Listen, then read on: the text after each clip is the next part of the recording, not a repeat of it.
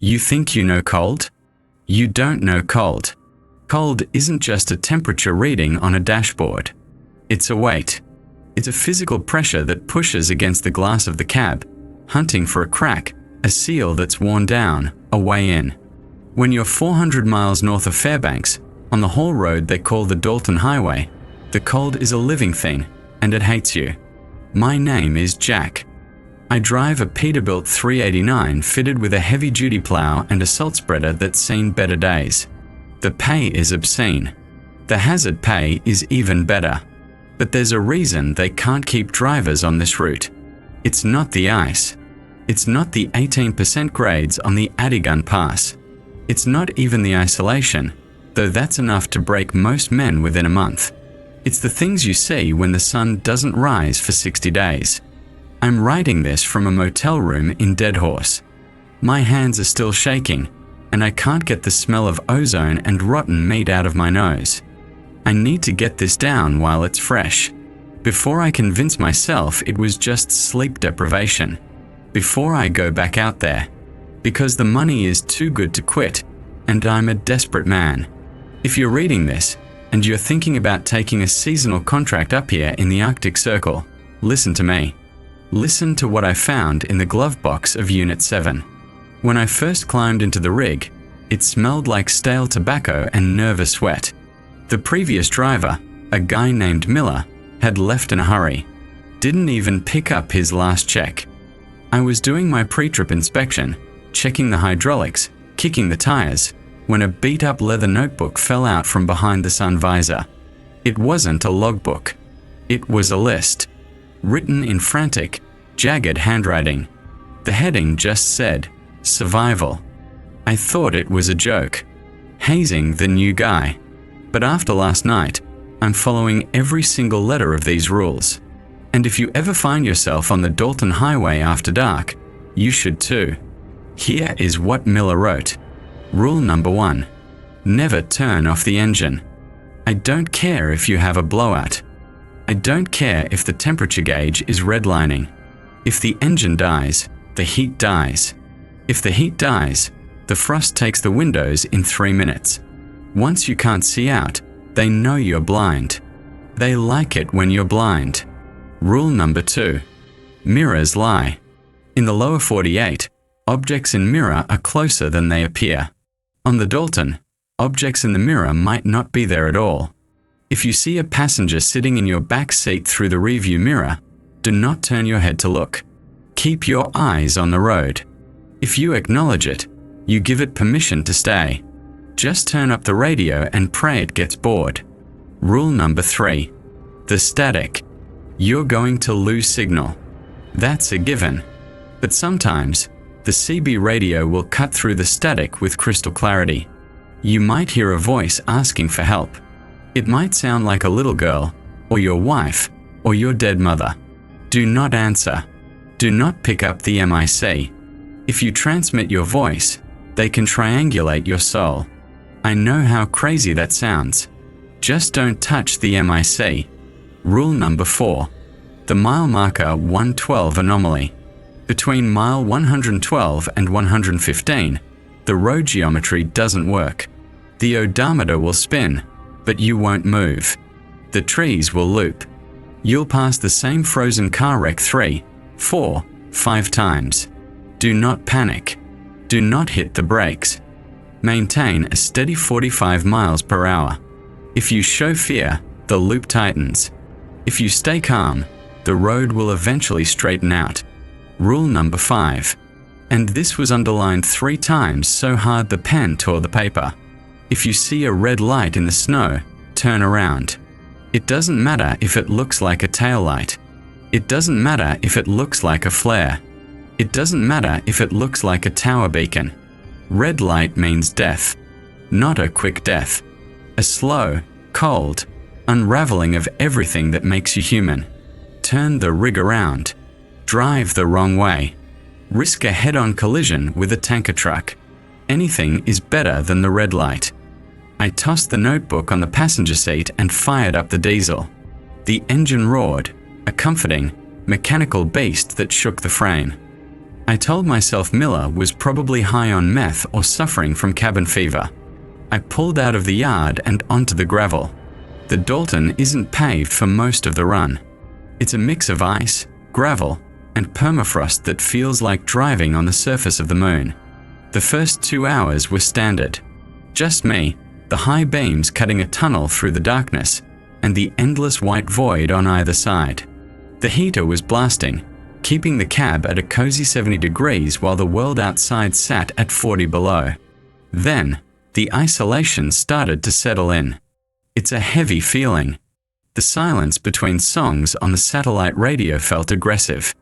I caught myself checking the mirrors more than usual. That's when I saw it. Rule number 2. I glanced at the rearview mirror to check my salt spread. In the dark space behind my driver's seat, there was a shape. A silhouette.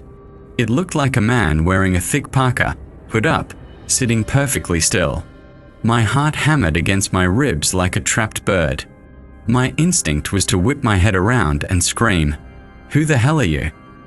But Miller's jagged handwriting flashed in my mind. If you acknowledge it, you give it permission to stay. I gripped the steering wheel until my knuckles turned white. My eyes burned, desperate to look, to verify, to make sense of the shadow. But I forced them forward. I stared at the snow flying past the windshield. I turned the radio volume up. Classic rock. The Rolling Stones. Gimme Shelter. I sang along. My voice cracked, terrified and shrill. Rape, murder. It's just a shot away. I could feel the presence behind me. I could feel the cold radiating off it, a pocket of absolute zero sitting inches from my neck. It felt like someone was holding an icicle against my spine. I drove for 20 miles like that, singing, sweating, refusing to look. Then, the heater vent rattled, and the cold presence vanished. I risked a glance at the mirror. Empty. Just the dark interior of the cab. I let out a breath I didn't know I was holding. Okay. Maybe Miller wasn't crazy. Or maybe the isolation was making me crazy too. Either way, the rules worked. I was calming down, checking my gauges, when I hit mile marker 112. The landscape didn't change much up here, just stunted spruce trees and snowbanks, but I noticed a specific landmark. A rusted-out excavator abandoned by a road crew years ago, half buried in a drift on the left side. I drove past it. 3 minutes later, there it was again.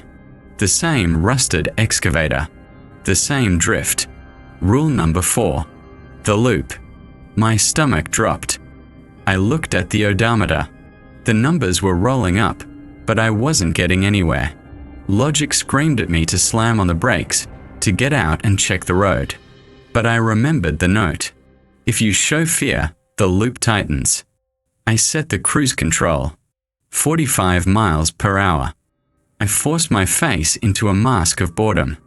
I reached for my thermos and poured a cup of coffee, keeping one hand on the wheel. I took a sip. I acted like I was on a Sunday drive through the suburbs. I passed the excavator a 3rd time, a 4th time. On the 5th pass, something changed. The excavator wasn't empty. There was something standing on top of it. A tall, gaunt figure, pale as the snow, with limbs that were too long, too many joints. It was watching me. I didn't react. I took another sip of coffee.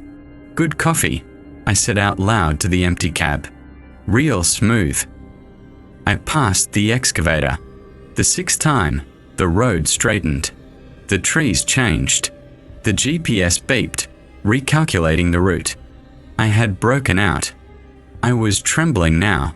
The adrenaline crash was hitting me hard. I just wanted to get to the turnaround point, dump my load, and head back to base. I wanted to quit. I wanted to go home to Arizona and never see snow again. But the Dalton wasn't done with me. I was coming up on a stretch known as the roller coaster, a series of steep hills that can launch a truck if you're not careful. I crested the first hill, my headlights sweeping down into the valley below. and my blood turned to ice. At the bottom of the valley, right in the center of the road, was a light. It wasn't the amber strobe of a plow. It wasn't the white glare of a trooper's spotlight. It was red. A deep, pulsating crimson. It didn't look like a bulb. It looked like a wound in the air, bleeding light onto the snow. It was mesmerizing, beautiful, in a sick way. It called to me. I felt a sudden, overwhelming urge to drive toward it, to bathe in that red glow. It promised warmth. It promised sleep. Rule number 5. The words screamed in my head. Turn around. I was doing 50 on a downhill grade with a fully loaded salt spreader. Turning around wasn't a simple maneuver. It was suicide. If I jackknifed, I'd go off the embankment into the tundra. I'd freeze to death before help arrived. The red light pulsed brighter. I saw shapes moving within the glow. Dancing. Beckoning.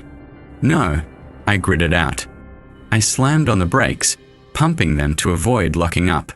The trailer swung wide, threatening to crush the cab. The tires screamed against the ice. I fought the wheel, wrestling the 20-ton beast. The truck skidded to a halt, broadside across the road, facing the dark tree line. The red light was to my left now, filling the cab with a bloody hue. I could hear a sound coming from it, a low, vibrating hum that rattled my teeth. It sounded like a choir of people screaming underwater. I didn't look at it. I threw the truck into reverse, cutting the wheel hard. I performed the messiest, most dangerous three-point turn of my life. I clipped the snowbank. I nearly stalled the engine. As I got the nose of the truck pointed back the way I came, the hum grew to a shriek. The red light expanded, rushing toward me like a shockwave. I slammed the accelerator. The tire spun, searching for grip on the gravel, then caught. The Peterbilt lurched forward. I ran through the gears, pushing the engine past its limit. In the rearview mirror, the red glow washed over the road where I had just been. And then, the radio crackled. It wasn't static. It was clear. High definition. "Jack," a voice whispered. It sounded like my little brother. My brother who died in a motorcycle wreck 6 years ago. "Jack, why are you leaving? It's so warm here. Come back. Turn around, Jack." Tears streamed down my face. I wanted to answer. God, I wanted to answer. I reached for the MIC. My fingers brushed the plastic. Rule number 3. Do not answer. I snatched my hand back as if the MIC were red hot. I screamed a curse word at the windshield and kept driving. I didn't stop until I saw the lights of the pump station at mile 60. I'm sitting in this room now. The door is bolted. The curtains are drawn. I have the TV on full volume to drown out the silence. But I have to go back. My shift isn't over. And the worst part? I looked at the notebook again just now. There's a page stuck to the back I didn't see before. It's written in a different handwriting. Older. Calmer. It says, the rules only work the first time. They learn. They adapt. If you survive the red light once, it won't be a light next time. It will look like something you trust. I have 600 miles to go, and I don't know what I can trust anymore. I stared at that scrap of paper until the words blurred into grey smudges. It will look like something you trust. The motel room in Deadhorse, usually a sanctuary of stained carpet and industrial strength heating, suddenly felt like a cage. My eyes darted to the door handle. Was it locked? Yes. I checked it 3 times. But did I trust the lock? It was a mechanism. Mechanisms fail. I looked at my boots by the heater. I trusted them to keep my toes from turning black. But what if I put them on and they tightened like vices, crushing the bone? Stop it, I whispered. My voice sounded thin, swallowed by the hum of the electric baseboard heater. Paranoia is the first stage of the freeze. If I let my mind crack before I even got back in the cab, The Dalton would eat me alive before I hit the first mile marker. I grabbed my gear. I stuffed Miller's notebook into my heavy coat pocket, right against my chest. It felt radioactive. I didn't want it, but I needed it. It was a map of a minefield that had already shifted. Stepping outside was like walking into a hammer blow. The air in Deadhorse is distinct. It tastes of diesel exhaust and ancient, frozen dust. The darkness was absolute, save for the sodium orange glare of the yard lights reflecting off the hard-packed snow. Unit 7 sat idling where I'd left it. The Peterbilt. My fortress. I walked around it, doing a visual check. I kicked the tires. Solid. I checked the plow blade. Secured. I looked up at the cab. It looked exactly like the machine that had saved my life 3 hours ago. It looked sturdy. Reliable. It will look like something you trust. I froze, my hand hovering inches from the chrome door handle. Was this my truck? I stepped back, squinting against the biting wind. I looked for the scratch on the fuel tank where I'd clipped a bollard in Fairbanks 2 weeks ago. It was there. I looked for the stickers on the mud flaps. There. Don't lose it, Jack, I muttered. It's a truck. It's steel and rubber. Get in. I climbed up. The seat was cold. The smell of stale tobacco, Miller's brand, was faint but present. I locked the doors the second I was inside. I shifted into gear and rolled out of the yard, leaving the artificial safety of Deadhorse behind. The darkness swallowed the headlights immediately. The Dalton Highway stretched out before me, a ribbon of ice cutting through a void so vast it felt like driving off the edge of the earth. For the first 50 miles, I was a statue. My eyes scanned every snowbank, every shadow, every flicker of the aurora borealis dancing green and sickly overhead. I drove in silence. No radio. I didn't want to hear the static. I didn't want to hear my dead brother asking me to come play in the snow. I needed a system. Miller's list was compromised. The entities knew I had it. They knew I knew the rules. That meant the game had moved to a new level, psychological warfare. I grabbed a clipboard from the dash and a pen. I drove with one hand, steering the massive rig through the ruts, and clicked the pen with the other. The Frozen Manifesto. Addendum 1. I wrote it in my head before I scribbled it down. Question everything. Routine is the enemy. I was coming up on the Sag River crossing. The bridge is narrow, the wind usually howls through the valley, and the ice fog can be thick as chowder. That's when I saw the strobe lights. Amber, not red. Amber lights meant service vehicles, plows, graders, pipeline security, the good guys. My shoulders dropped an inch. It was another plow, heading north. We'd pass each other on the bridge approach. It's standard courtesy on the Dalton to flash your high beams, give a wave, maybe crack the radio for a quick road slick on the south side. Watch yourself. I watched the oncoming truck. It was a Kenworth, big and blocky, pushing a massive plume of snow off the shoulder, a heavy-duty sander on the back. It was exactly what I expected to see. I trusted the other drivers. We were a brotherhood, us against the elements. I reached for the high beam switch to signal him. It will look like something you trust. My hand stopped. I squinted. The oncoming truck was moving fast. Maybe 55. A little fast for the conditions, but some of the veterans drove like maniacs. As it got closer, the detail sharpened. I saw the company logo on the door. Ice Road Logistics. Same as me. I frowned. I knew every driver on the night rotation. There were only 6 of us crazy enough to do this run. Who was driving a Kenworth? Miller drove Unit 7. Sarge drove a Mack. Big Ol had the tanker. The truck closed the distance. 300 yards. 200. I looked at the plow blade on the oncoming rig. It was pristine. Shiny black paint. No scratches. No rust. No dents from hitting ice chunks the size of boulders. On the Dalton, nothing stays new for more than a week. A pristine plow blade is an impossibility. Not real, I hissed. My heart slammed against my ribs. It wasn't a truck.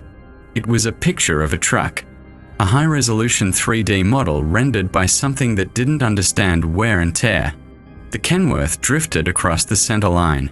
It was aiming for me. It wanted a head-on collision.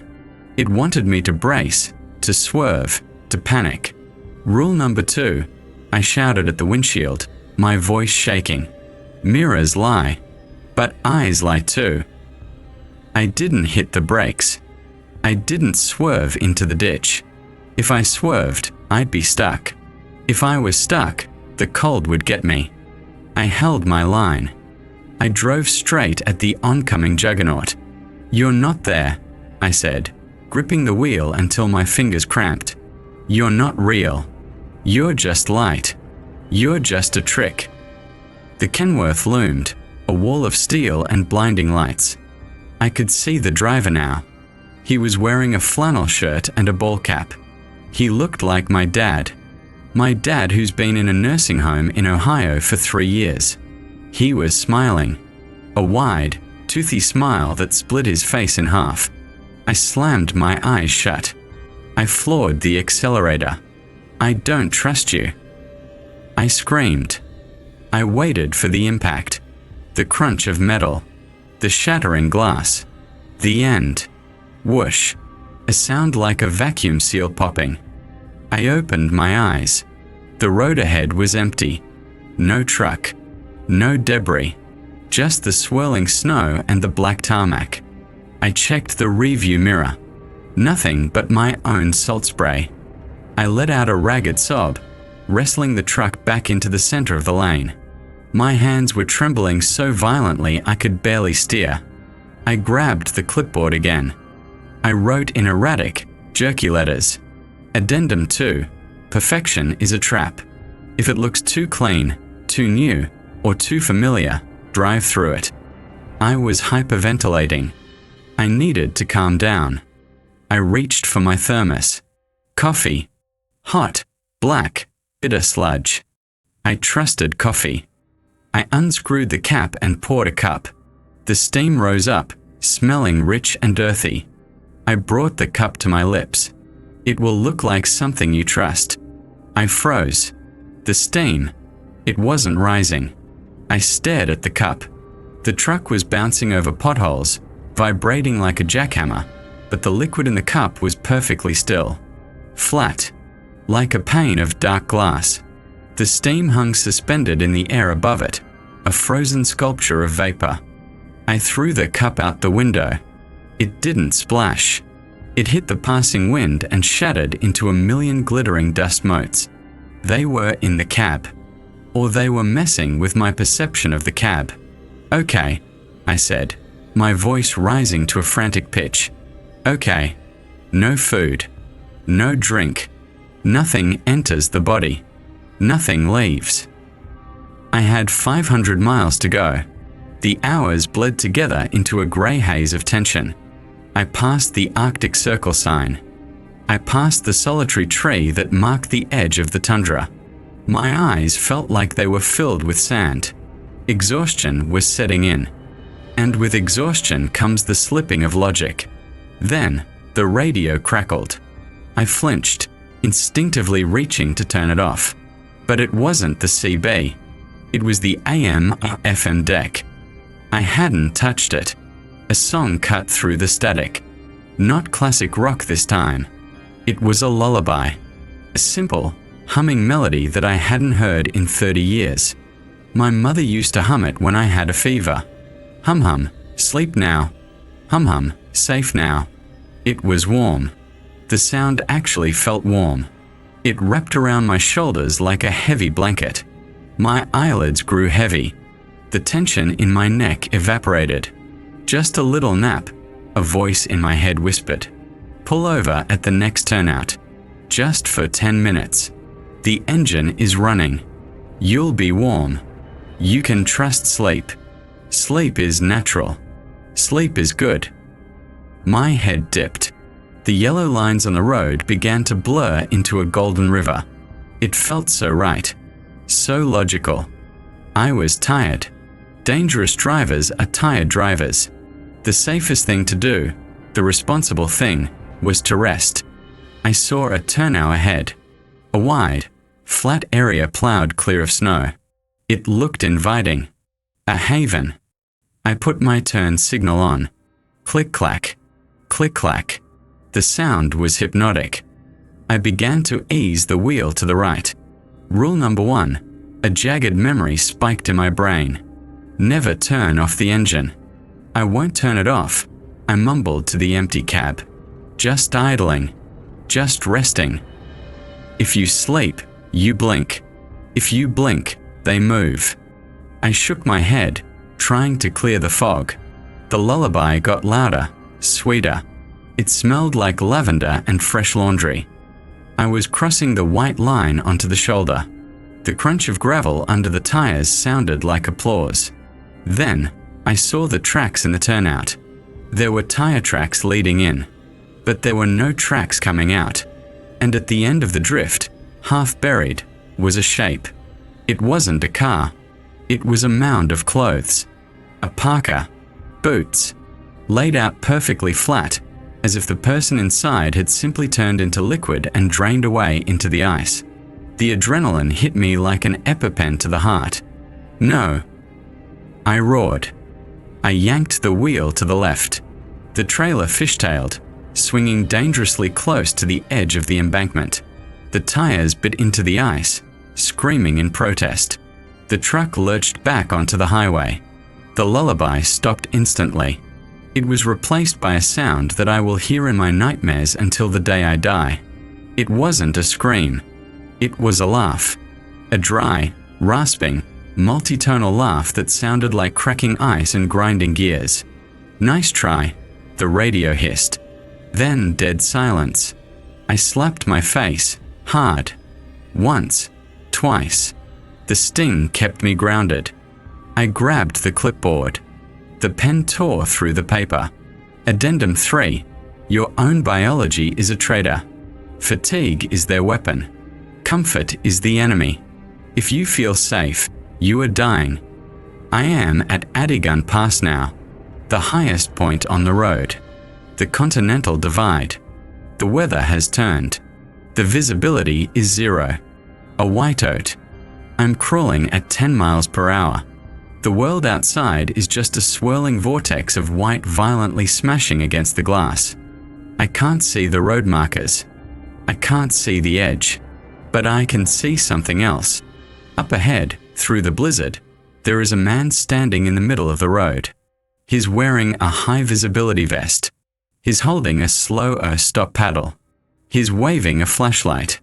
He looks like a dot worker. He looks annoyed, cold, and very human.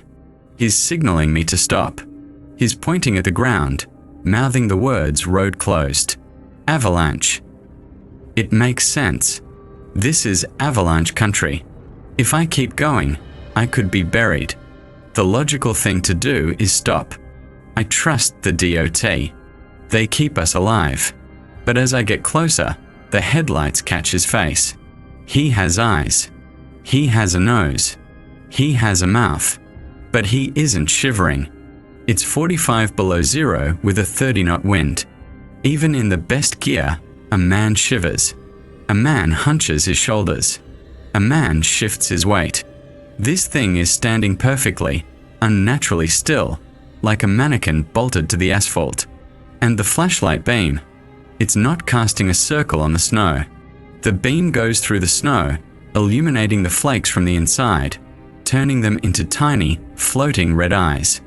I have a choice. Stop and likely die by whatever that thing is. Or keep driving, blindly, into a potential avalanche that might bury me under 20 feet of concrete hard snow. I look at the clipboard. I look at the manifesto I'm writing. There is one rule I haven't written down yet. One I just realized. Trust nothing that blocks the path. I shift down. I rev the engine. The diesel roar drowns out the wind. I am not stopping. I am going to drive right through him. If he's real, I'm a murderer. If he's not, I'm a survivor. The grill is 5 feet from him. He doesn't flinch. He just widens his smile. Here we go. I braced for the impact. My teeth clenched so hard I felt a molar crack. Thud. It wasn't the wet, heavy slap of meat and bone hitting a grill. It was the sound of a dry branch snapping under a boot. A hollow, brittle crack. I didn't close my eyes. I saw it happen. The moment the steel plow blade made contact with the dot worker, he didn't crumple. He shattered. He exploded into a cloud of black dust and jagged shards that looked like obsidian. There was no blood, no scream, just that dry, insectile popping sound, followed by a sudden cloud of darkness that engulfed the hood of the Peterbilt. The debris hit the windshield like hail, tick, tick, tick, and then dissolved into greasy grey smears. I let out a breath that sounded like a sob. I checked the rearview mirror. No body on the road. No flashlight. Just the swirling white vortex of the blizzard closing in behind me, erasing the evidence. Not human, I whispered, my voice sounding foreign in the cab. He wasn't human. But my hands were shaking so bad I could barely hold the lane. My brain was firing conflicting signals. You just killed a man. No, you killed a ghost.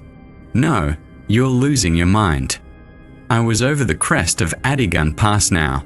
The descent began. If you've never driven a semi-truck down and 12% grade on sheer ice in zero visibility, you don't know the definition of prayer. You don't pray to God. You pray to friction. You pray to physics. The whiteout swallowed me whole. This wasn't just snow. This was a physical erasure of the world. The headlights reflected off the falling snow, creating a wall of blinding white light 3 feet in front of the bumper. I couldn't see the road markers. I couldn't see the guardrails. I couldn't see the drop-off into the abyss that I knew was waiting on my right side. I was driving inside a ping-pong ball. This is when the whiteout hallucinations start. Miller didn't write about this part, maybe because he never made it this far, or maybe because words fail when your senses start to cannibalize themselves. It starts with the float. Because I couldn't see the ground, my brain couldn't process movement. The speedometer said I was doing 25, but it felt like I was hovering. The vibration of the engine was the only thing anchoring me to reality.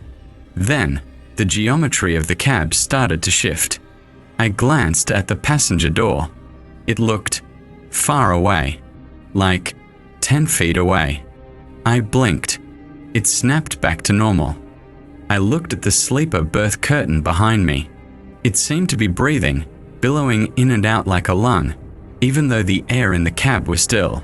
Focus on the dash, I commanded myself. Watch the gauges.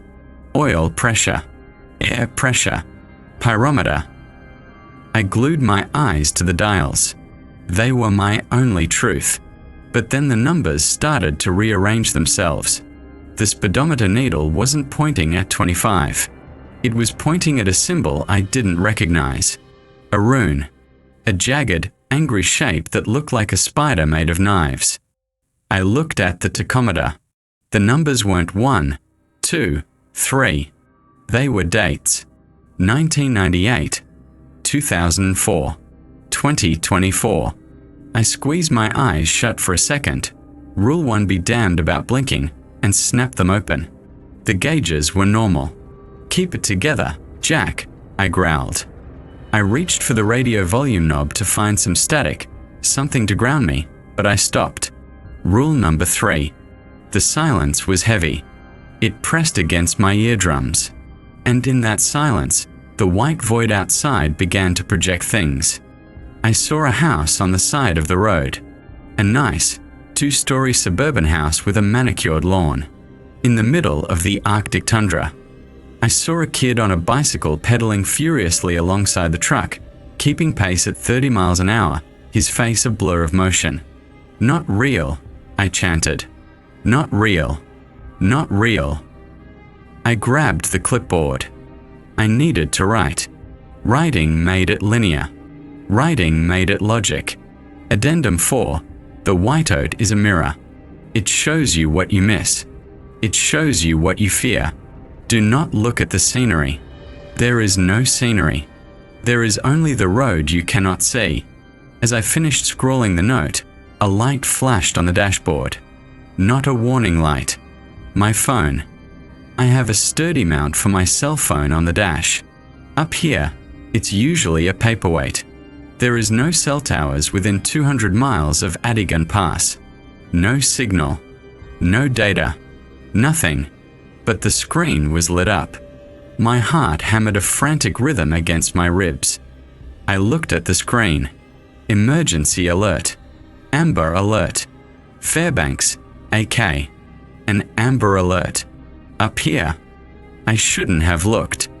I should have ripped the phone off the mount and thrown it out the window. But curiosity is a sickness, and I was terminal. I read the text. Vehicle. 2018 Peterbilt 389. Red or black. Plate. 499 PEC. Missing person. Jack. Male. 38. Last seen entering the Dalton Highway. Suspect is considered armed and dangerous. Suspect is considered deceased. I stared at the phone. The plate number. That was my plate. Suspect is considered deceased. I'm not dead, I said loud enough to startle myself. I'm right here. I'm driving the damn truck. The phone buzzed again. A text message. Sender. Mom. My mother has been dead for 10 years. Message. Honey, you forgot your coat. It's cold where you are. Why are you driving into the dark? Just pull over. We are all waiting for you at the turnout. The coffee is hot. I gagged. A wave of nausea rolled through me so violent I nearly vomited on the steering wheel. The manipulation was getting personal. They were digging into my memories, pulling out the faces I loved, and wearing them like masks. I grabbed the phone. I held the power button. It wouldn't turn off. The screen brightness flared to maximum, blindingly white, matching the storm outside. Then, a map opened. It was a GPS app, but it wasn't Google Maps. The terrain was dark red, like muscle tissue. The road was a white vein. And the destination icon. The destination icon was right in front of me. You have arrived. I looked up. The whiteout had broken. Just like that. Like a curtain being pulled back. I wasn't on the pass anymore. I was in a valley. The snow had stopped falling, but the air was thick with ice fog, hanging in suspended animation. And I wasn't alone. Ahead of me, lining the road on both sides, were cars. Hundreds of them. Sedans, pickup trucks, RVs, other rigs. They were parked on the shoulder, bumper to bumper, facing north. They were covered in feet of snow, looking like white burial mounds. But they were idling. I could see the exhaust plumes rising from hundreds of tailpipes, merging into a grey ceiling of smog above the road. The rumble was a low-frequency vibration that shook the fillings in my teeth. I slowed down. I didn't want to, but instinct forced my foot off the accelerator. I passed a Ford F-150. The windows were clear. I looked inside. The driver was sitting there, hands at 10 and 2, staring straight ahead. He was pale, blue-lipped, eyes wide open and unblinking. I passed a minivan. A family of 4, buckled in, staring straight ahead, not moving. It was a graveyard of the living, a traffic jam of the damned. Why were they stopped? Why were they idling? Rule number 1, never turn off the engine. They followed the rules. They kept their engines running, but they stopped. Why did they stop? Then I saw it. At the end of the line of cars, about a quarter mile ahead, the road was blocked. Not by snow. Not by an avalanche. It was blocked by a building. A motel. It was a long, single-story structure with peeling beige paint and a neon sign buzzing in the gloom. The Last Stop Motel and Diner. The neon sign flickered. Vacancy. The architecture was wrong. It looked like a motel from Arizona or New Mexico. It had a flat roof, stucco walls, and were those palm trees out front?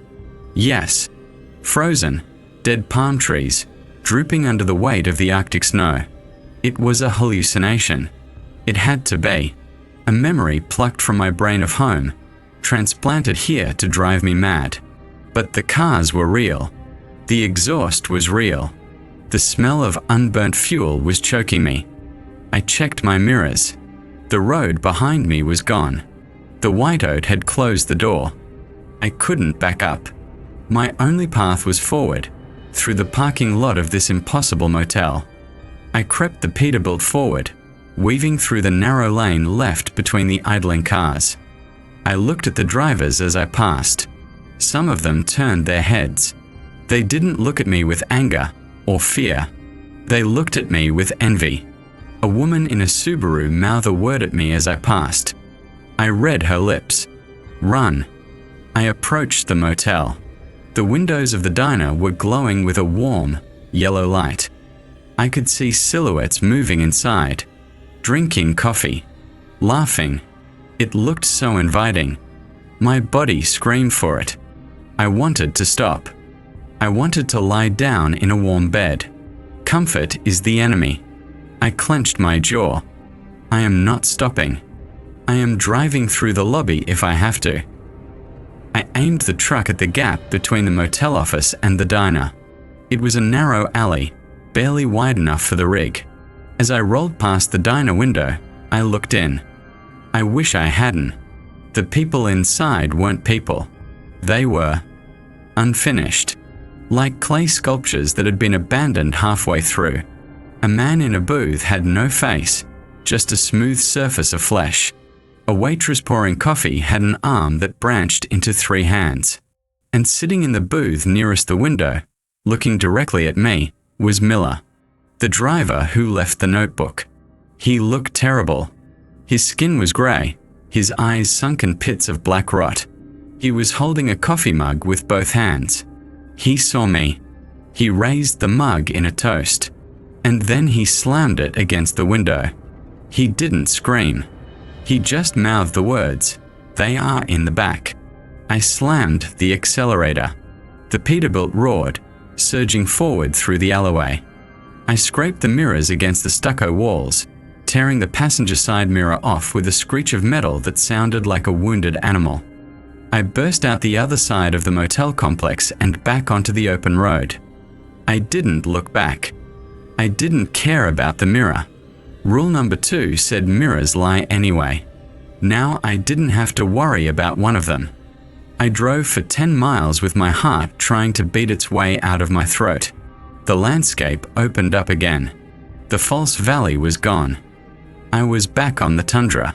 But something had changed inside the cab. The air was colder. I cranked the heater knob, but it was already at max. I could see my breath. Not just faint wisps, but thick, white clouds. I glanced at the sleeper curtain behind me. It was open. I always keep it closed. Always. It helps the cab heat up faster. I hadn't opened it. A smell wafted forward. It wasn't the smell of stale tobacco anymore. It smelled like ozone. And rotten meat. Miller's warning. They are in the back. My eyes flicked to the rearview mirror, the one I had left. The sleeper berth was dark. But in the shadows, on the lower bunk, something was sitting. It was shaped like a man, but it was made of the dark. It was deeper than the shadows around it. A void cut into the shape of a passenger. It wasn't looking at me. It was looking at the back of my neck. I felt the touch. A finger. Cold, impossibly cold, tracing the line of my spine through the seat and my heavy coat. Don't look. Don't acknowledge. Rule number 2. If you acknowledge it, you give it permission to stay. I'm listening to the radio, I announced loudly, my voice cracking. I'm just listening to the radio. I turned the volume knob. Static. Then, a voice. Not from the speakers. From behind me. "Jack," the thing whispered. Its voice sounded like crushing gravel. "You dropped something." I stared straight ahead at the snow. I didn't drop anything. "You did," the voice rasped, closer now. Right by my ear. "You dropped your guard." A cold hand clamped onto my shoulder. It wasn't ethereal. It was solid. It felt like a clamp made of dry ice. The cold burned through my layers, searing my skin. I screamed. I couldn't help it. I jerked the wheel. The truck swerved. The tires caught a ridge of ice. The world tilted. Gravity disappeared. The horizon spun 90 degrees. The Peterbilt was going over. As the cab slammed onto its side, grinding against the permafrost with a deafening shriek of tearing metal, the windshield shattered. Snow rushed in. And for a split second, before the darkness took me, I saw the red light again. It wasn't in the distance this time. It was under the ice. We were sliding right towards it. The world didn't go black. It went red. The screech of metal on ice was a physical assault, a shriek that tore through the cabin and vibrated the fillings in my teeth. The Peterbilt, my 20-ton sanctuary, became a tumbling die cast by a giant's hand. I was thrown against the driver's side door, the seatbelt biting into my collarbone like a wire garrote. Glass dust coated the air, glittering in the dashboard lights before they flickered and died. Then, the sliding stopped. The silence that followed was heavier than the crash. It was a suffocating, pressurized silence, broken only by the hiss of a ruptured radiator and the ticking of cooling metal. And the light. The cab was lying on its passenger side. The shattered windshield was now a jagged frame looking down onto the ice. But it wasn't dark down there. We had slid directly over the source. The ice beneath the truck was glowing. It wasn't a beam. It was a diffusion, deep and murky, like a flashlight shining through a slab of raw steak. The crimson hue saturated everything inside the cab. My hands, the steering wheel, the blood dripping from a cut on my forehead. It washed out all the shadows, leaving us in a flat, bloody exposure. I tried to breathe, but the air had been sucked out, replaced by a cold so absolute it burned the inside of my lungs. Rule number 1, never turn off the engine. The engine had stalled. The beast was dead. The heat was already bleeding out, chased away by the encroaching frost and that terrible, pulsing warmth radiating from the ice below. "Jack," the voice whispered. I froze. My body was suspended in the seat harness, hanging sideways. I slowly turned my head toward the sleeper berth, which was now effectively above me. The curtain hung open, limp and useless. The space behind it was empty. The thing, the shadow passenger, the void, was gone. Or it had moved. I fumbled for my belt release. My fingers were numb, clumsy blocks of meat. I slapped the buckle, and gravity took over. I dropped 3 feet, crashing onto the passenger door window, which was pressed against the glowing ice. Crack. The glass beneath me spiderwebbed. The red light intensified, shooting up through the fractures. It felt hot. Not the dry heat of a heater, but a wet, feverish heat. The kind of heat you feel radiating from an infection. I scrambled back, kicking at the dashboard, trying to get away from the glow. I needed to get out. The windshield. The windshield was gone. I crawled toward the opening. The jagged teeth of safety glass snagged my heavy coat, tearing the fabric. I didn't care. I pushed through, tumbling out of the broken cab and onto the surface of the Dalton Highway. I tried to stand, but my legs were jelly. I collapsed to my knees, gasping, waiting for the pain of broken bones to hit me. But there was no pain, just the cold and the red. I looked down. I wasn't kneeling on asphalt. I wasn't kneeling on gravel. I was kneeling on clear, black ice. And 6 inches beneath my knees, the world opened up. The red light wasn't a bulb. It wasn't a flare. It was a colossal, subterranean eye. It spanned the width of the road, maybe 40 feet across.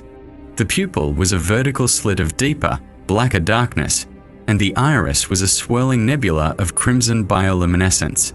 It was alive. It was looking up, and I was an insect crawling across its cornea. I scrambled backward, crab walking on my hands and heels, desperate to get off the glowing patch. My breath hitched in short, panicked rasps. Rule number 5. If you see a red light, turn around. I can't turn around. I screamed at the ice. I'm on top of you. The eye blinked. A nictitating membrane, a translucent eyelid the size of a swimming pool cover, slid across the globe beneath the ice. The light dimmed, then flared back up, brighter, angrier. My phone buzzed in my pocket. I shouldn't have checked it. I knew that. I knew the technology was compromised. But when you are alone at the end of the world, a vibration in your pocket feels like a lifeline. I pulled it out. The screen was cracked, but legible. New message from Miller. My thumbs hovered over the glass. Miller was dead. Or worse than dead. I had just seen him in that impossible diner. I opened the message. Message, don't look down. It wants eye contact. If you look it in the eye, it sees your history. It sees your sins. Look up, Jack. Look at the sky. I tore my eyes away from the crimson abyss beneath me and looked up.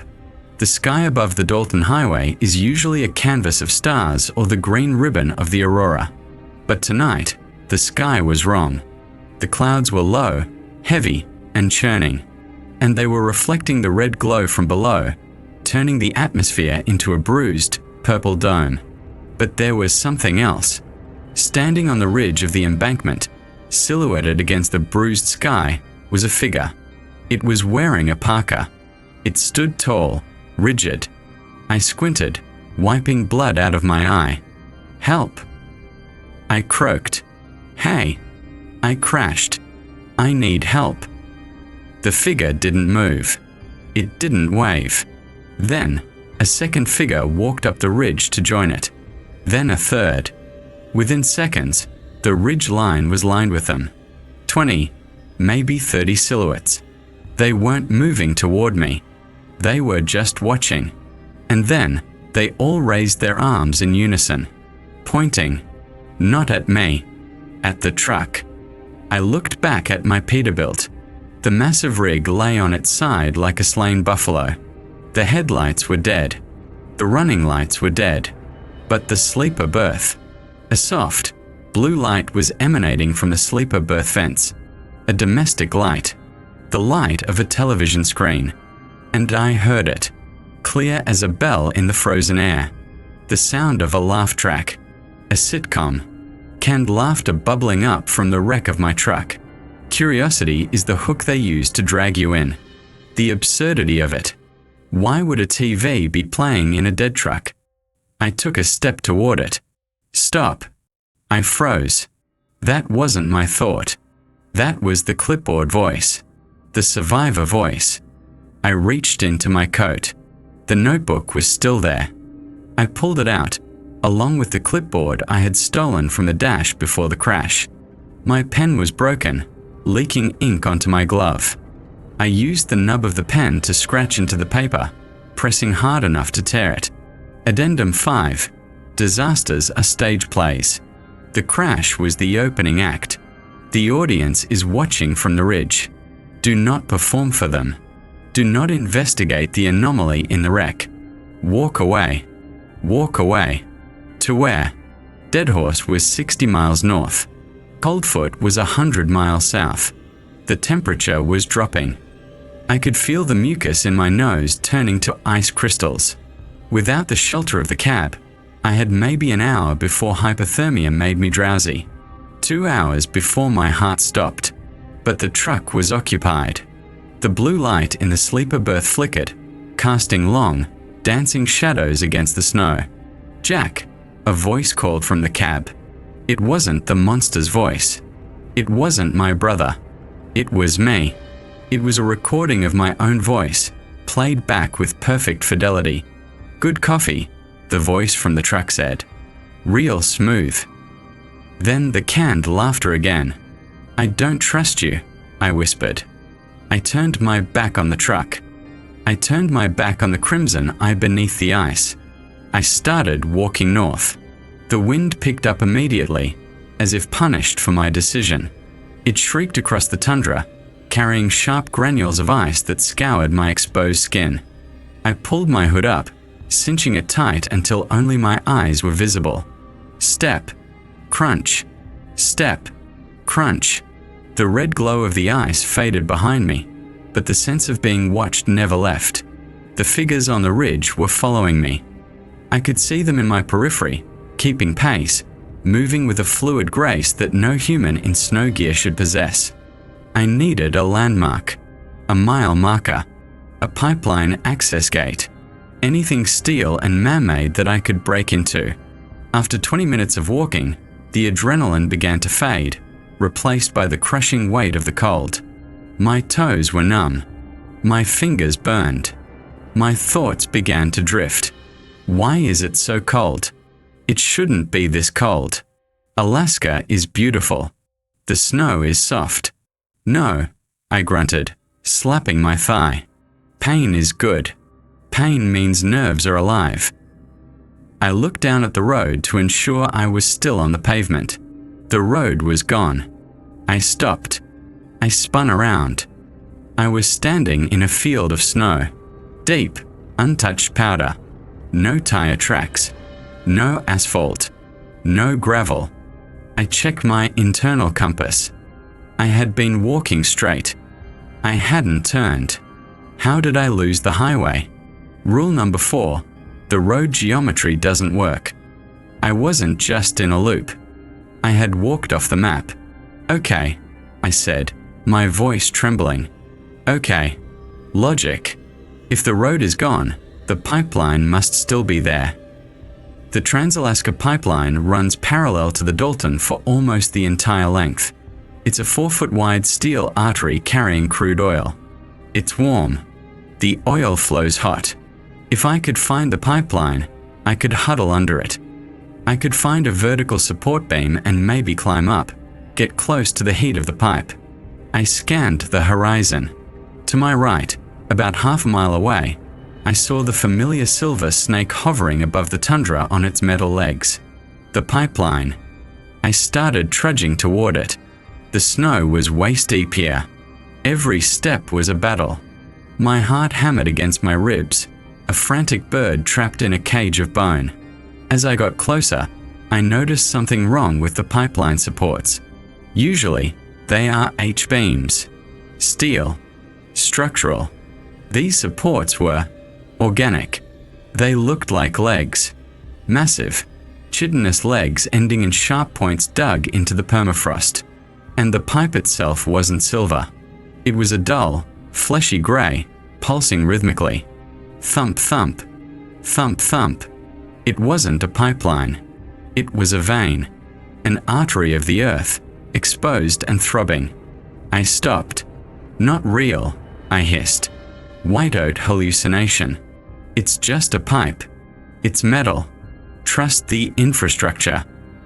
It will look like something you trust." But I had no choice. It was the only source of heat. I pushed forward, wading through the snow until I was directly underneath the massive conduit. The heat radiating from it was intense. It smelled of sulfur and crude oil, but also something sweet, like copper and honey. I slumped against one of the supports. It felt warm. It vibrated against my back. I closed my eyes for a second. Just a second. BZZZT. My phone again. New message from 911. Message: "We have received your distress signal. Unit 7, please confirm location. We are tracking your transponder. You are stationary. Are you safe?" Relief washed over me so powerful it nearly buckled my knees. 911. The authorities. The real world. I ripped my gloves off with my teeth to type. My fingers were blue and stiff. Reply, crashed. Mile 118 approximate. Truck flipped. Walking to pipeline. Freezing. Send help. The reply was instantaneous. Message.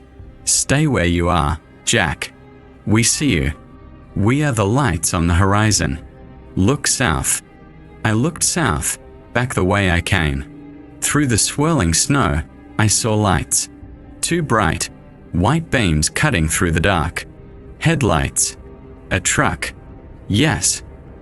I screamed, my voice cracking. Here. I'm here.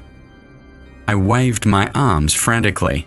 The truck was moving fast, bouncing over the invisible terrain. It was coming straight for me. As it got closer, I recognized the silhouette. It was a Peterbilt 389. Red and black. It was Unit 7. My stomach dropped. That's my truck. I looked back at where I had come from. The wreck was gone. The truck approaching me wasn't damaged. The windshield was intact. The mirrors were pristine. The chrome gleamed under the strange purple sky. It was driving itself. Or, it slowed down as it approached the pipeline, the air brakes hissing, a sound that sounded too much like a human sigh. It rolled to a stop 50 feet from me. The engine idled. The familiar rattle of the diesel block was the most comforting sound in the world, and yet it terrified me. The driver's door opened. Nobody got out. The cab light came on. The interior was warm, inviting. I could see my thermos in the cup holder. I could see the leather notebook on the seat, and I could see the radio mic dangling, swaying gently as if brushed by an invisible hand. The radio crackled. External speakers. Jack, the truck said. It didn't use the speakers. The voice came from the grill. It came from the metal itself. Jack, get in. It's cold out there. We have a schedule to keep. The red light is waiting at the end of the road, and we are late. I pressed my back against the pulsating pipeline leg. You're not real, I whimpered. I wrecked you. You're dead. Metal doesn't die, Jack. Metal waits. Flesh dies. Flesh freezes. Get in the cab. The horn honked. It wasn't a honk. It was a scream. A short, electronic scream of frustration. I looked at the open door. It was the only shelter. The pipeline above me was starting to drip a black, viscous fluid that sizzled when it hit the snow. The vein was leaking. I had two choices: freeze to death under a bleeding monster pipe, or get back into the haunted machine that wanted to drive me to hell. I looked at the clipboard in my hand. The paper was wet with snow. Addendum 6. When the devil offers you a ride, check the tires. I looked at the tires of the pristine Unit 7. They weren't rubber. They were made of compressed, frozen faces. Hundreds of them. Mouths open in silent screams, eyes wide and white, mashed together to form the tread. As the truck idled, the wheels turned slowly, grinding the faces into the snow. I saw Miller's face on the front left tire. He winked at me as he rotated into the slush. No, I said. Clarity, cold and sharp as a knife, sliced through my panic. No ride. I turned and ran.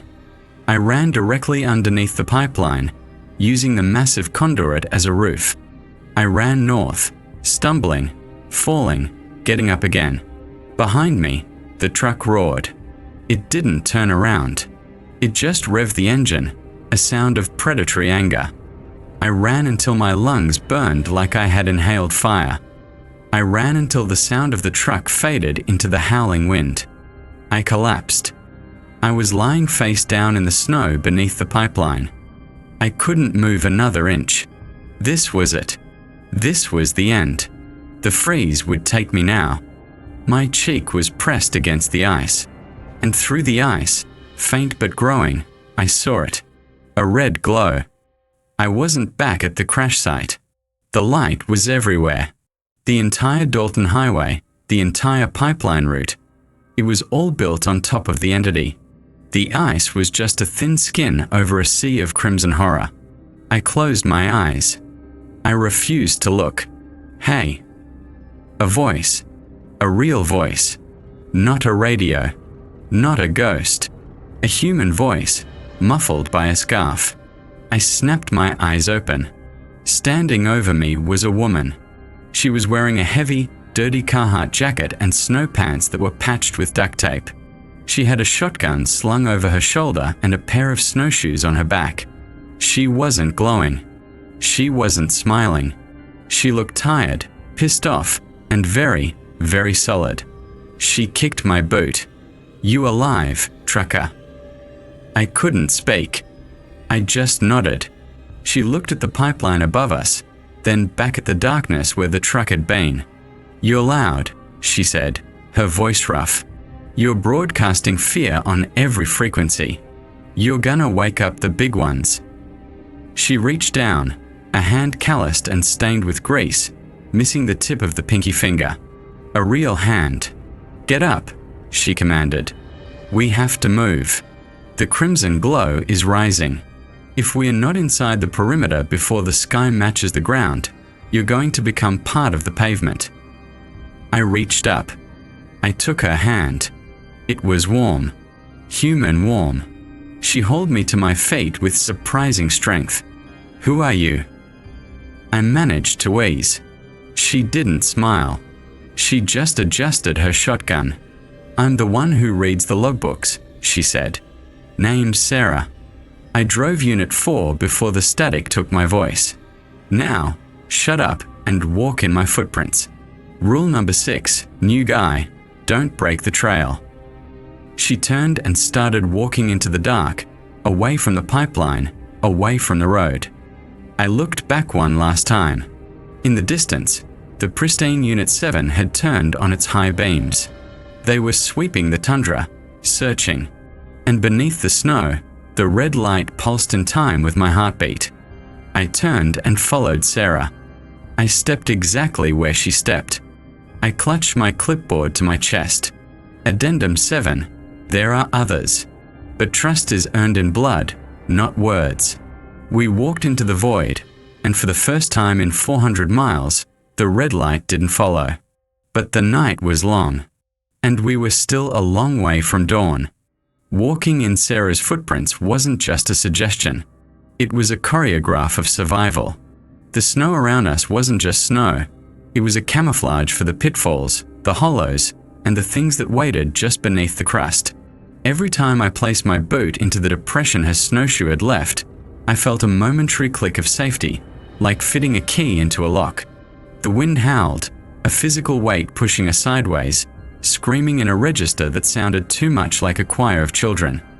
I kept my head down, staring at the mesmerizing rhythm of Sarah's boots. Left, right, left, right. Don't look up. Don't look back. My mind, however, was a fractured mirror, reflecting everything I had just seen. The pristine Unit 7 with its tire tread of screaming faces. The organic pipeline pulsing with black blood. The eye beneath the ice. "Keep up," Sarah's voice cut through the wind, sharp and flat. She didn't turn around. She knew I was lagging. Hypothermia is a seductive lover, Jack. She tells you you're warm right before she stops your heart. Don't listen to her. "Where are we going?" I yelled, the words snatched away by the gale immediately. She pointed a gloved hand forward. Ahead, looming out of the swirling white darkness like a tombstone, was a shape. It was a concrete dome, half buried in the drift. A dot salt storage shed. We used these to load up the spreaders. They were industrial, ugly, and usually empty this far north. "Sanctuary," she shouted. We reached the heavy steel door. It was welded shut from the outside, but there was a smaller service hatch cut near the ground. Sarah knelt, chipped away the ice with the butt of a shotgun, and spun the wheel. It groaned, a sound of protesting metal that echoed like a gunshot in the silent tundra. In. Fast. I scrambled through the hatch, tumbling onto a hard, concrete floor. Sarah followed, pulling the hatch shut and spinning the locking mechanism until it clicked. The silence was instant and absolute. The wind was gone. The screaming voices were gone. I lay on the cold floor, gasping, my breath pluming in the stagnant air. It smelled of old road salt, diesel, and something metallic, like drying blood. Sarah clicked on a flashlight. The beam cut through the dust motes. We weren't in a salt shed. Or rather, it wasn't just a salt shed anymore. The interior had been converted into a fortress. The walls were reinforced with scrap metal, road signs, guardrails, pieces of truck chassis, welded together in a chaotic, overlapping armor. Stop. Yield. One way. The signs faced inward, a mosaic of commands. In the center of the dome sat a vehicle. It wasn't a Peterbilt. It wasn't a Kenworth. It was a Frankenstein's monster of a rig. The cab looked like it came from a 1970s Mac, boxy and brutal. The hood was missing, exposing an engine block that looked too big for the frame, a mass of cast iron and grease. The plow blade on the front wasn't steel. It was jagged, black obsidian, bound in chains. "Welcome to the garage," Sarah said, shucking off her snowshoes. She walked over to a workbench cluttered with tools and bones? Yes. Large, bleached bones. Caribou, maybe. Or something else. I stood up, my legs trembling. "What is this place? Who are you?" She ignored the question, grabbing a heavy jerry can from the floor. "I told you. I'm the one who reads the logbooks. I've been out here since '09. They listed me as missing presumed dead after the avalanche in Adigun. But the avalanche didn't take me. The red light tried to." She poured a dark, viscous liquid into the fuel tank of the truck. It didn't smell like diesel. It smelled like high-proof alcohol and holy water. "You saw the pristine truck," she said, not looking at me. "The one that looked like yours." "Yeah. It had faces on the tires." "That's the Mimic," she said matter-of-factly. "It catches drivers who follow the GPS. It wears their trucks like a skin. It wants you, Jack. It wants to complete the set. You're the missing part of the puzzle." She capped the tank and threw the can aside. She turned to me, her face illuminated by the harsh beam of the flashlight. She had a scar running from her temple to her jaw, jagged and white. "We can't stay here. The salt blocks their vision for a while, but the eye saw you. It knows your scent. The ground is going to start shaking soon. When it does, this concrete egg will crack like a walnut." She tossed me a set of keys. They were heavy, brass, and attached to a rabbit's foot that looked disturbingly fresh. "You drive." I stared at the keys. "I drive. You have a truck. You drive it." "I can't," she said, hoisting the shotgun. "My right arm is messed up from the frostbite. I can't shift the stick fast enough. This isn't an automatic, princess. It's a twin-stick transmission. 4x4. 16 gears. No computer. No assist. You miss a gear, we stall. We stall, we die." I looked at the truck again. The beast. It doesn't have a computer. "Electronics adores," Sarah said, spitting on the floor. "Rule number 8, Jack. Analog keeps you alive. The static can't hijack a mechanical linkage. The red light can't hack a carburetor. This truck runs on compression, fire, and hate. Now get in." I climbed up the rusted steps. The door creaked open. The interior was stripped bare. No radio. No carpet. No plastic trim. Just cold steel and a forest of levers sprouting from the floorboard. 2 gear sticks. A lever for the plow. A lever for the sander. A ripcord for the air horn. I sat in the driver's seat. It was a bucket seat taken from an old bomber plane, hard and unforgiving. I put the key in the ignition. Boom. The ground jumped. Dust rained down from the ceiling of the dome. "They're here," Sarah yelled, climbing into the passenger seat. She kicked the door shut. "Fire it up. Now." I turned the key. Nothing happened. "It's a manual starter." Sarah barked, pointing to a silver button on the dash labeled prayer. "Prime it, then hit the button." I pumped the fuel pedal. I slammed my thumb onto the silver button. The engine didn't roar. It coughed. A deep, tectonic hacking sound, like waking up a sleeping dragon that smoked 3 packs a day. Chug, chug, chug. "Come on," I whispered. "Come on, you ugly bastard." Boom. A crack appeared in the concrete wall in front of us. A red light bled through the fissure, illuminating the dust in the air. More throttle. Sarah screamed, "Give it the juice." I stomped on the pedal. Roar. The engine caught. The entire truck shook violently. The vibration rattled my teeth. Black smoke spewed from the vertical stacks, filling the dome with a cloud of soot. The noise was deafening, a chaotic symphony of pistons and valves slamming against each other. Gear 1. Low range. Sarah commanded, "We are going through the door." The door is welded shut. Not for long. Drop the hammer. I grabbed the left stick, jamming it into first. I grabbed the right stick, finding low. I let the clutch out. The truck lurched forward. We hit the steel doors doing 20. The impact threw me against the steering wheel. Metal shrieked, sparks showered the windshield, and then, light. We burst out of the salt shed and into the polar night. The world outside had changed. It wasn't just snow anymore. The landscape was shifting. The ground was undulating, rolling like the sea. Snow geysers erupted around us, spraying red mist into the air. And waiting for us, 50 yards away, was Unit 7, the pristine truck. Its high beams blinded me. It revved its engine, a smooth, digital purr that sounded mocking compared to the rough idle of our beast. "Go!" Sarah yelled, racking the slide of her shotgun. "Drive! Aim for the river." The river is frozen. Exactly. It's the only flat surface left. Drive. I slammed the accelerator. I shifted. Left stick to neutral, right stick up. Rev match. Left stick to second. Clunk. The gears bit.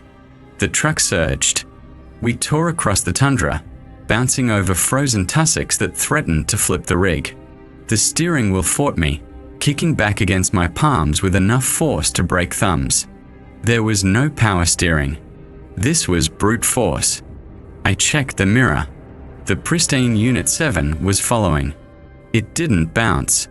It glided. It floated over the rough terrain, its tires of screaming faces barely touching the snow. "It's gaining." I yelled, "Eyes forward."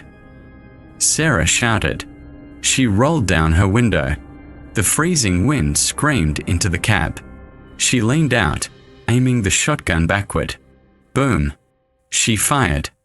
I saw the flash in the mirror. The shot hit the grill of the chasing truck. The grill didn't dent. It rippled, like water disturbed by a stone. Bullets don't hurt it. "I'm not using bullets." Sarah yelled, ducking back inside to reload.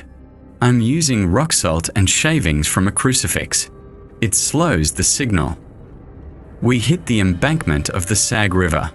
It was a steep drop onto the ice. "Hold on." I screamed. I didn't hit the brakes. I hit the gas. The truck launched. For a second, we were airborne, a multi-ton projectile defying physics. Gravity reclaimed us, and we slammed down onto the river ice with a bone-jarring crash. The suspension groaned, but held. I fought the fishtail, spinning the wheel hand over hand to keep us straight. We were on the river, a wide, white highway of ice stretching north.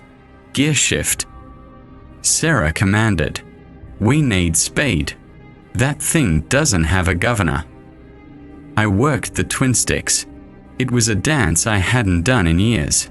RPM up to 1800. Clutch. Neutral. Rev to 2100. Clutch. Gear. The transmission whined. The engine screamed.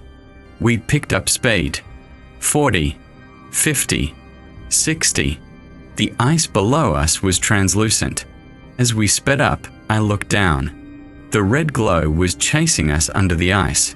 It was like a torpedo, a streak of crimson light matching our speed perfectly. Don't look down. Sarah slapped my shoulder. Addendum 8. The ice wants you to look so it can open up. Keep your eyes on the horizon. There is no horizon. It's all black. Create 1. Visualize the road. Behind us, the pristine truck hit the river. It landed silently.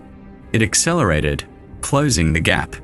Then, the radio in our truck crackled. But, there is no radio, I stammered. You said there's no electronics. There isn't, Sarah said, her face pale. It's vibrating the sheet metal of the dash. It's using the truck itself as a speaker. The metal dashboard began to hum. A voice emerged, tinny and metallic. Jack, shift down. Slow down. The ice is thin. We just want to talk. We have your coat. We have your coffee. Shut up. I punched the dashboard. It hurt my hand, but the voice didn't stop. Sarah, you look cold. Why don't you open the door? Just a crack. Let the warmth in. Sarah ignored the voice. She was staring ahead. Trouble, she said softly. I looked forward. The river was blocked. A massive glacier had calved, creating a wall of ice across the riverbed. There was only a narrow gap on the left, near the bank. But standing in that gap was a figure. It was a giant, maybe 12 feet tall, made of scrap metal and frozen meat. It had traffic signs for chest armor and headlights for eyes. It held a stop sign that was the size of a dinner table. The gatekeeper, Sarah whispered. Ram it. I asked, gripping the wheel. No, it's anchored to the bedrock. If we hit it, we crumple. Then what? We have to drift, Sarah said.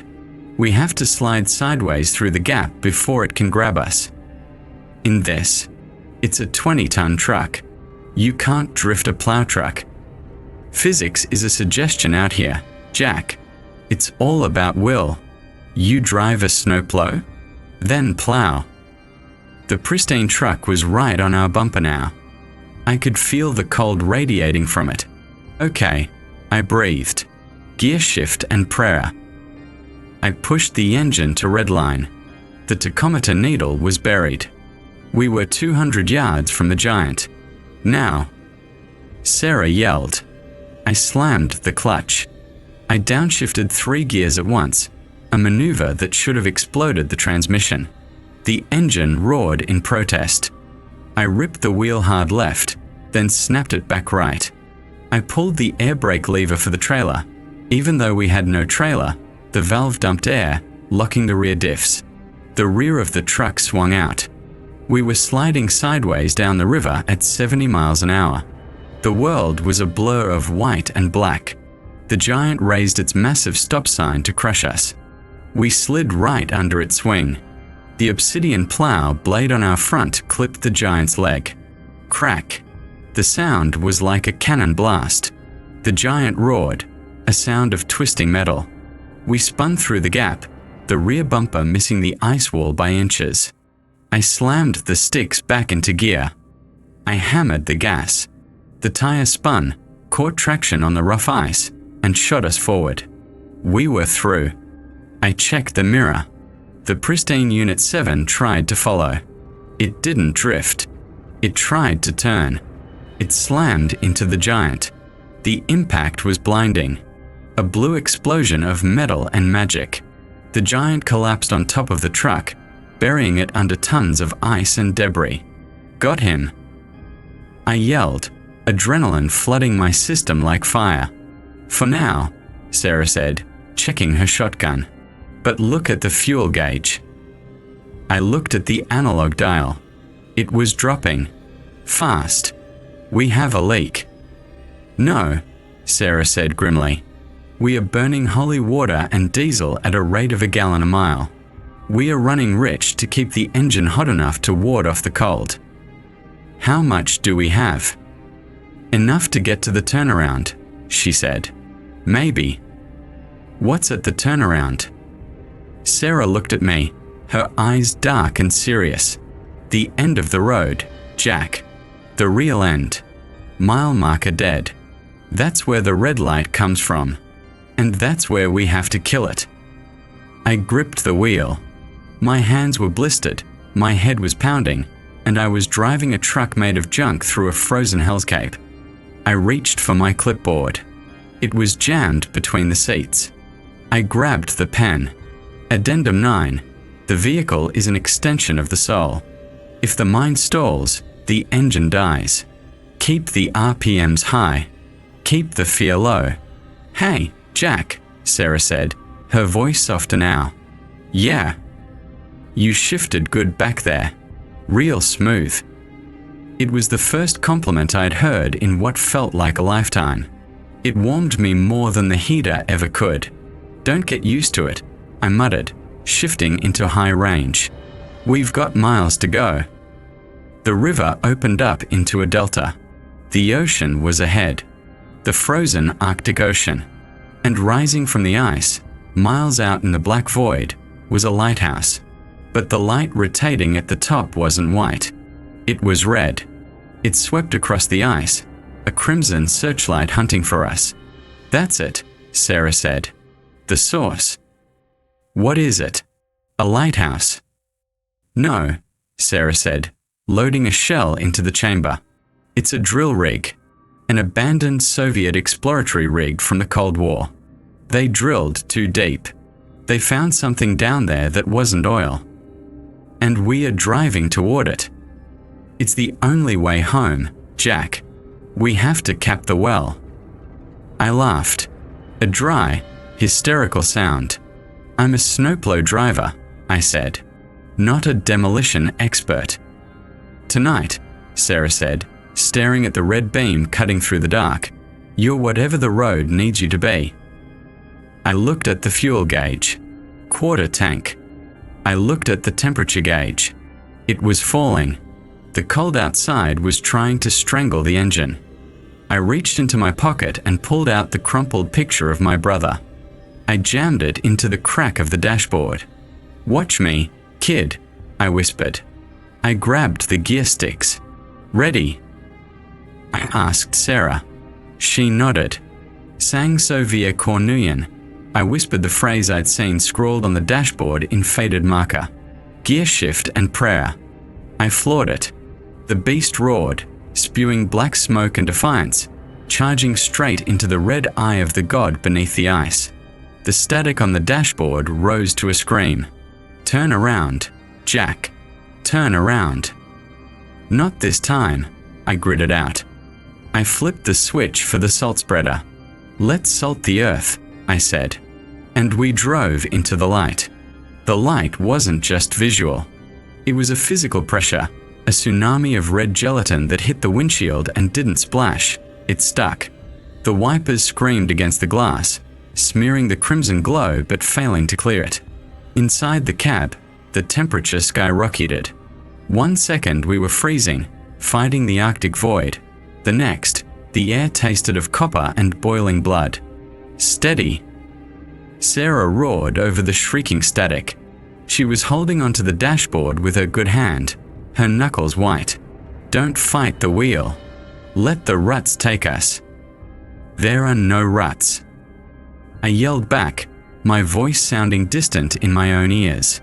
We are driving on open ice. There are always ruts, she countered. The ones who came before left a path. Trust the ghosts, Jack.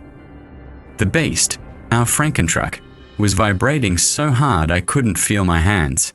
The tachometer needle was bouncing off the red line, the diesel engine screaming in agony as we pushed through the thickness of the light. It felt like driving through wet concrete. The drill rig loomed ahead. Up close, it didn't look like Soviet steel anymore. The girders were made of fused ribcage, massive and bleached. The derrick tower spiraled up into the bruised sky like a twisted spine. And at the base, where the drill shaft should have been entering the ice, there was only the eye. The pupil was dilated, a black hole in the center of the crimson iris, wide enough to swallow a tanker truck. It wasn't looking at us. It was inhaling. The air, the snow, the light, everything was being sucked into that central void. We have to drive over it. Sarah yelled, unbuckling her seatbelt. She began climbing backward, squeezing between the bucket seats toward the rear window access panel. Are you crazy? We'll fall in. Not if we are fast enough. Gravity takes a second to notice you're stupid. I need to manually jam the spreader gate open. The hydraulics are freezing. Sarah. Drive, Jack. Put us right over the pupil. And when you feel the truck get light, you run like hell. She disappeared into the sleeper berth, kicking the rear access door open. I heard the clank of metal as she climbed out onto the catwalk behind the cab, exposed to the raw fury of the red light. I was alone in the driver's seat. The hole rushed toward me. The blackness of the pit was absolute. It was the absence of God. It was the place where the static came from. My phone buzzed. Not in my pocket. It was skittering across the dashboard. The screen was glowing with a message. Sender, Jack. Message, pull over. Let's just sleep. It's so warm down here. I grabbed the phone and smashed it against the steering wheel. Glass showered my lap. I'm not sleeping. I screamed at the void. I'm working. I lined up the hood ornament, a jagged piece of scrap metal, with the center of the pit. The tires hit the edge of the hole. The front of the truck dipped. The stomach-churning sensation of freefall grabbed my entrails. We were going down. Clutch. Downshift. Floor it. The rear tires, still on the ice, bit hard. The truck bucked, launching the nose up. We were bridging the gap, a 20-ton suspension bridge of rust and hate. For a second, we hung suspended over the infinite drop. I looked down. I saw them. Thousands of them. Floating in the red abyss. Drivers. Hikers. Lost children. All of them looking up, mouths open in a silent scream. And then, a sound like a guillotine dropping. Clang. Sarah had kicked the spreader gate open. Tons of rock salt, mixed with iron filings and whatever holy relic Sarah had ground up in that garage, cascaded into the void. The reaction was instantaneous. The red light didn't fade. It shattered. A shockwave of pure white lightning erupted from the pit. It wasn't cold. It wasn't hot. It was silent. It slammed into the undercarriage of the truck, lifting the rear axle. Go! Go! Go! Sarah's voice screamed from outside. I fought the steering wheel as the rear tires clawed for purchase on the far lip of the crater. The tires caught. The beast lurched forward, dragging its belly across the ice, sparks flying. We slammed back onto solid ground on the other side of the rig. Don't stop! Sarah pounded on the rear glass. It's collapsing. I checked the mirror. The drill rig, the spine tower, was crumbling. The bone girders were turning to dust. The red glow was imploding, sucking in on itself with a sound like a dying star. The ice began to fracture, spiderweb cracks racing outward faster than the truck could move. I pushed the engine past its limit. A piston rod knocked. Bang, bang, bang, a death rattle from the engine block. Hold together, I begged the machine. Just one more mile. Just one more. The darkness chased us. Real darkness. The benevolent, empty black of the Arctic night rushing in to fill the vacuum left by the red horror. The static in my head faded. The screaming faces on the tires went silent. The fuel gauge hit empty. The engine sputtered. Chug. Chug. No, I whispered. Hiss. Silence. We rolled to a stop. The momentum carried us a few hundred yards, sliding silently over the ice, until friction finally won. The truck settled. The heater fan spun down. The lights flickered and died. We were sitting in the dark, in the middle of the frozen Arctic Ocean.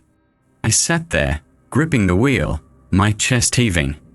I waited for the red light to return. I waited for the voice of my dead brother. Nothing. Just the wind. The clean, honest wind. The rear door opened. Sarah climbed back into the cab. She was covered in salt dust and black slime. She slumped into the passenger seat, trembling. Did we get it? I asked, my voice barely a croak. She didn't answer. She just pointed through the windshield. Look. I looked. On the horizon, to the south, where the world of the living lay, there was a line of color. Not red. Not artificial. It was a pale, bruising purple, bleeding into a soft, golden orange. Dawn, Sarah whispered. It was the first sunrise Deadhorse had seen in 67 days. Asterisk. The extraction team found us 3 hours later. It wasn't a spectral truck. It was a ConocoPhillips heavy-lift helicopter. They saw the black smudge of our truck against the ice. They didn't ask questions. Up here, you don't ask why a truck looks like it went through a war zone. You just haul the survivors out. They flew us to Deadhorse. To the real Deadhorse. The one with the Prudhoe Bay Hotel and the modular housing units. The one that smells of diesel and cafeteria food. I've been in this motel room for 2 days. I haven't slept. I'm afraid to close my eyes.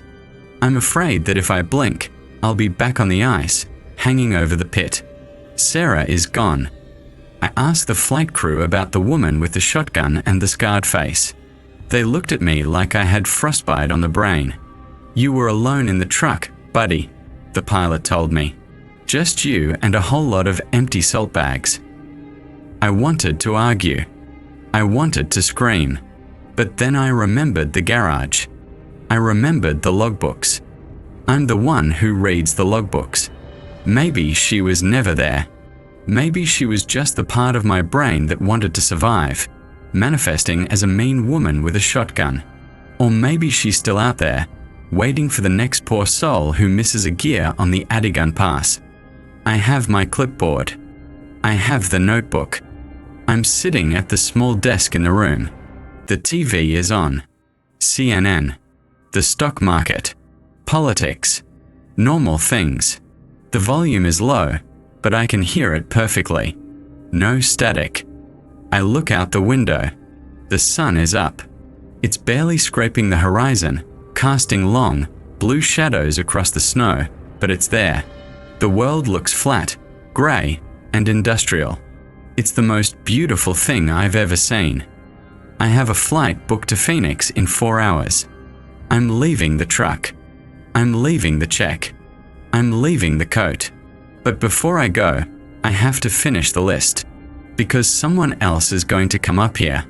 Someone else is going to need the money. I take the pen. My hand is shaking, but the letters are clear. Addendum 10. The dawn is a lie. The darkness doesn't leave. It just waits for the planet to turn. If you make it to sunrise, don't celebrate. Just run. Run while the light blinds them. I rip the page out of the notebook. I place it on the nightstand, next to the Gideon Bible. I grab my bag. I walk to the door. I stop. My boots are by the heater. The heavy, insulated rubber boots I wore on the ice. There is salt in the treads, and embedded in the salt of the left boot, caught deep in the rubber, is a small, brass object. I crouch down and pick it up. It's a rabbit's foot keychain. Fresh. with a heavy brass key attached to it. I feel a chill that has nothing to do with the drafty window. Sarah was real. The garage was real. And if the garage was real, then the thing we buried under the ice isn't dead. We just fed it. We fed it salt and pain and fear, and we put it back to sleep. But sleep ends. I stand up. I put the key in my pocket. Not because I want it, but because I can't leave it. It's a burden. It's a torch. I open the motel door. The cold air hits me, smelling of diesel and ozone. The sun is shining, but it feels distant. Weak. I walk toward the airstrip. I don't look at the shadows stretching out from the buildings. I don't look at the reflection in the puddles of melted ice. Because in the reflection, the sun isn't yellow. It's red. And it's watching me leave. End of report. Asterisk. Final transcript. Dalton Highway incident. Recovered from. User. Status. Active. If you are reading this, you are the new driver. Welcome to the North Slope. The pay is good. The isolation is killer. Check your glove box. Read the rules. And if you see a red light in the snow, don't turn around. Turning around implies you can escape. Just drive.